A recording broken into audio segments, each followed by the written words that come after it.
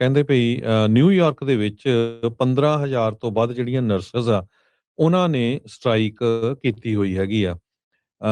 ਕਾਰਨ ਕੀ ਆ ਭਈ ਕਹਿੰਦੇ ਭਈ ਸਾਡਾ ਜਿਹੜਾ ਦੁਬਾਰਾ ਕੀ ਐਗਰੀਮੈਂਟ ਆ ਉਹ ਜਿਹੜਾ ਉਸ ਨੂੰ ਸੈਟਲ ਕਰਨਾ ਚਾਹੀਦਾ ਹੈਗਾ।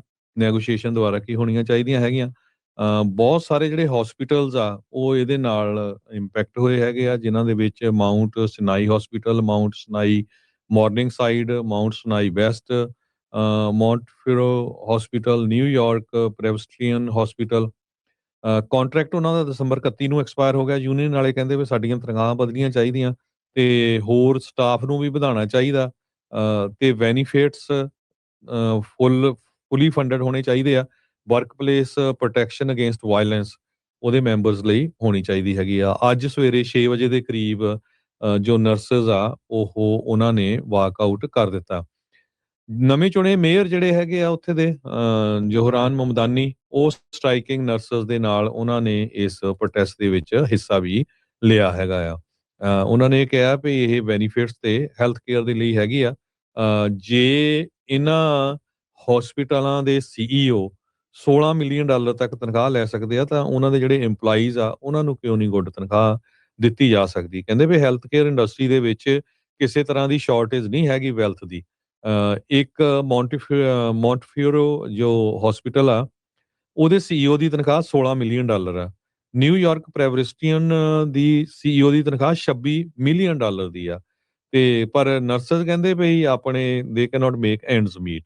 ਸੋ ਇਸ ਕਰਕੇ ਜਿਹੜੀ ਸਟ੍ਰਾਈਕ ਆ ਉਹ ਚੱਲ ਰਹੀ ਹੈਗੀ। ਜੀ। ਅਗਲੀ ਕਹਿੰਦੇ ਭਈ ਨਿਊਯਾਰਕ ਦੇ ਵਿੱਚ 15,000 ਤੋਂ ਵੱਧ ਜਿਹੜੀਆਂ ਨਰਸਜ਼ ਆ, ਉਹਨਾਂ ਨੇ ਸਟ੍ਰਾਈਕ ਕੀਤੀ ਹੋਈ ਹੈਗੀ ਆ।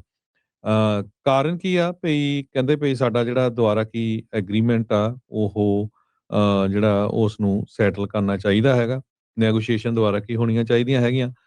ਬਹੁਤ ਸਾਰੇ ਜਿਹੜੇ ਹੌਸਪੀਟਲਸ ਆ ਉਹ ਇਹਦੇ ਨਾਲ ਇੰਪੈਕਟ ਹੋਏ ਹੈਗੇ ਆ, ਜਿਨ੍ਹਾਂ ਦੇ ਵਿੱਚ Mount Sinai Hospital, Mount Sinai Morningside, Mount Sinai West, Montefiore Hospital, New York Presbyterian hospital.